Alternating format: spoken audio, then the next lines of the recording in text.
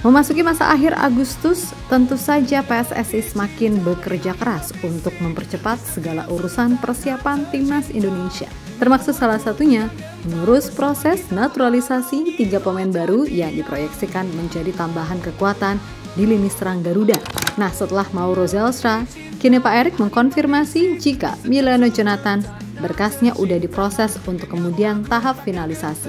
Jelas ini menjadi kabar yang sangat positif mengingat Emiliano sendiri adalah salah satu pemain yang cukup diinginkan fans bergabung ke timnas Indonesia. Meskipun begitu, kita juga harus tahu kalau sejatinya masih ada satu nama lagi yang prosesnya diketahui sedang diurus. Dan menurut informasi dari Yusa Nugraha, kalau satu nama itu adalah Adrian Wibowo. Tentu saja ketiganya diharapkan bisa cepat beralih menjadi WNI untuk kemudian bisa terlibat di uji coba bulan September melawan Kuwait dan Lebanon. Sesuatu yang kembali lagi membuktikan kalau soal urusan naturalisasi, manuver PSSI ini benar-benar terbilang sat-sat. Hal yang pastinya kembali membuat Arab bahkan Irak heran. Karena mungkin hanya Indonesia yang bisa mengurus perpindahan kewarganegaraan dalam waktu yang singkat. Sebab sebelum ini pun proses pemain diaspora kita juga diurus dengan jurus sistem kebut-mengebut. Di sisi lain ada kabar bagus nih terkait dua penyerang utama kita, yakni Wahaji Ragnar dan Ole Rummenigge. Nah, buat Wahaji, menurut laporan dari FCV Dender, dia udah kembali berlatih dengan tim utama. Dia bahkan terlihat lebih garang di sesi latihan. Terus soal Ole Rummenigge, secara prediksi ia memang 70-80% gak akan bisa main di bulan Oktober. Tapi tekad dan kerja keras Ole pada akhirnya pelan-pelan membuat segala prediksi itu mungkin bisa aja salah.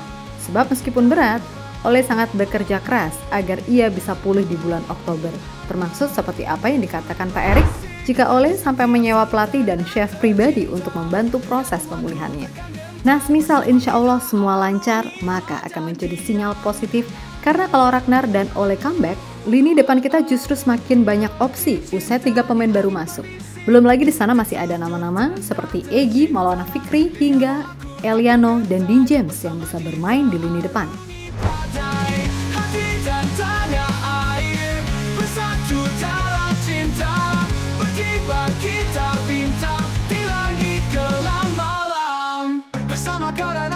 Satu untuk negeri ini kita maju, takkan untuk meski badai bersinar benderaku selamanya.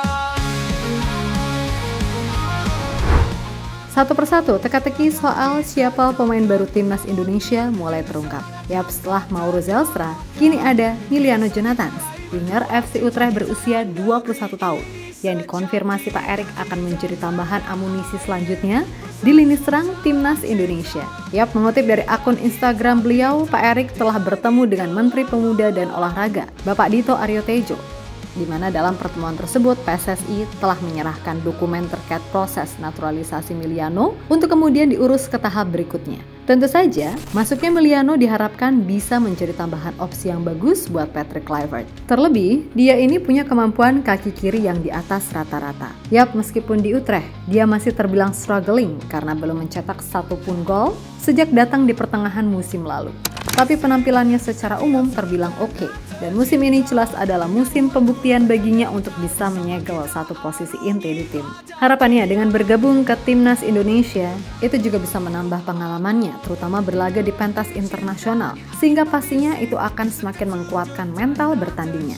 Nah, bagi yang ngejudge dia itu jelek atau gimana-gimana, ingat dia ini masih 21 tahun dan sempat kena ACL, jadi perlu waktu baginya untuk benar-benar tune in main di level tertinggi. Toh, biar gimana pun saat membela Vitesse di Divisi 2, ia sanggup mencetak 11 gol dari 20 pertandingan sebelum akhirnya dikontrak 3 tahun oleh Utrecht.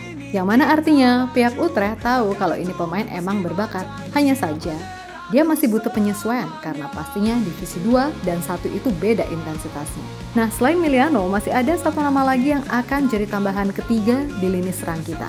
Sempat beredar kabar kalau dia adalah Dean Zandbergen ataupun Laurin Ulrich.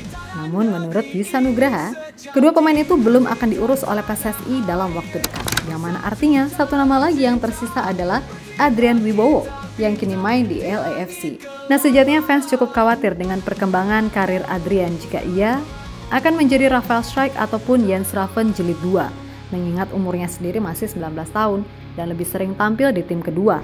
Namun, melihat gimana potensi yang dimiliki, sepertinya Adrian bakal punya cerita berbeda. Sebab walaupun hanya main di MLS Next Pro yang merupakan divisi 3, tapi penampilannya cukup menjanjikan. Musim ini sendiri Adrian udah tampil 8 kali dengan koleksi 3 gol, di mana gol terbarunya tercipta saat timnya kalah 4-2 atas Tacoma Defiance. Di sana Adrian mencetak 1 gol yang bagus ketika ditaruh sebagai winger kanan.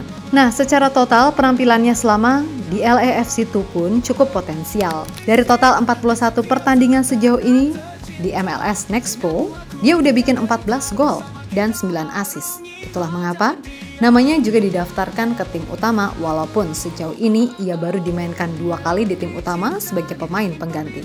But that's okay. Usianya masih 19 tahun dan pasti pihak LAFC pun tahu yang terbaik untuk perkembangan wonderkid-nya tersebut.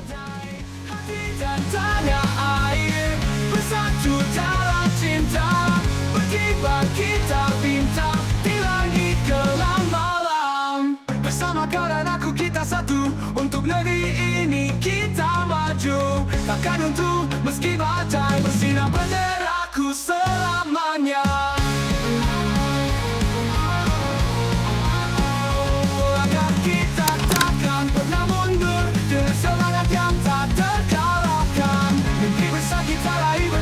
Cinta kita dan negeri ini sejati, hati dan tanah air bersatu dalam cinta, berkibar kita bintang di langit kelam malam. Di sisi lain ada kabar yang gak kalah bagus nih, datang dari Ragnar Oratmangun serta Oleh Rummenigge. Nah, untuk Wahaji diketahui ia sudah kembali latihan bareng tim utama setelah lama banget absen karena masalah infeksi pada lututnya. Dan di sesi latihan terbaru, FC Vidender, Wahaji tampak lebih bugar serta siap comeback ke lapangan. Yang mana itu dibuktikan dengan semangatnya di sesi latihan. Yap, dalam hal ini, fokus Wahaji pastinya bisa segera merumput serta mengembalikan match fitnessnya sehingga pas di bulan Oktober, dia benar-benar siap buat tempur. Sedangkan Oleh Rummenigge, dia juga menunjukkan tanda-tanda positif terkait pemulihannya. Tentu saja, Oleh sangat ingin membantah prediksi yang mengatakan jika ia akan absen di Oktober nanti. Itulah kenapa dia kerja keras sambil nyewa pelatih dan chef mandiri untuk membantunya pemulihan dengan cepat. Intinya, kalau Ragnar dan Oleh bisa balik tepat waktu, maka harapan kita untuk bisa meraih kemenangan pastilah meningkat. Dan semisal semuanya oke, so pasti lini depan kita bisa dikatakan melimpah karena selain Oleh, Ragnar, Mauro, Miliano, dan Adrian, masih ada nama-nama lain yang bisa mengisi posisi winger, nomor 10, hingga striker. Eliano Reinders, Egy Maulana Fikri, Stefano Lillipali, hingga Dean James. Yang jelas, tinggal nanti pinter-pinternya Kluivert aja memilih skema yang pas untuk memanfaatkan kapasitas mereka. Sebab dalam hal ini, efektivitas sangatlah penting menjadi perhatian. Karena berkaca pada laga melawan Bahrain serta China, kita cuma bisa mencetak masing-masing 1 gol walaupun dapat bejibun peluang. Negeri ini sejati, hati dan tanah air bersatu dalam cinta, berkibar kita bintang di langit kelam malam.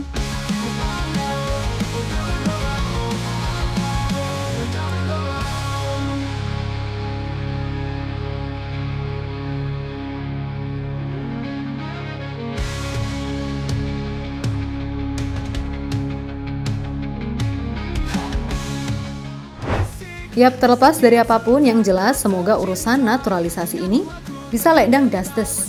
Terus kembali Mimin ingatkan, kalau kita harus terus memantau terkait misteri klub baru Mesilkers dan Tom Haye. Mudah-mudahan dalam waktu dekat ini semuanya bisa clear kan gitu. Terus masalah Arab sama Irak protes terkait proses naturalisasi Indonesia yang dianggap terlalu cepat, ya udah sih nggak apa-apa. Toh kita pada akhirnya hanya akan fokus pada tim sendiri. Untuk itu, buat semua elemen timnas, tetap semangat dan sukses selalu, oke? Kita Garuda. Bersama kau dan aku kita satu, untuk negeri ini kita maju. Takkan untuk meski badai bersinar bendera.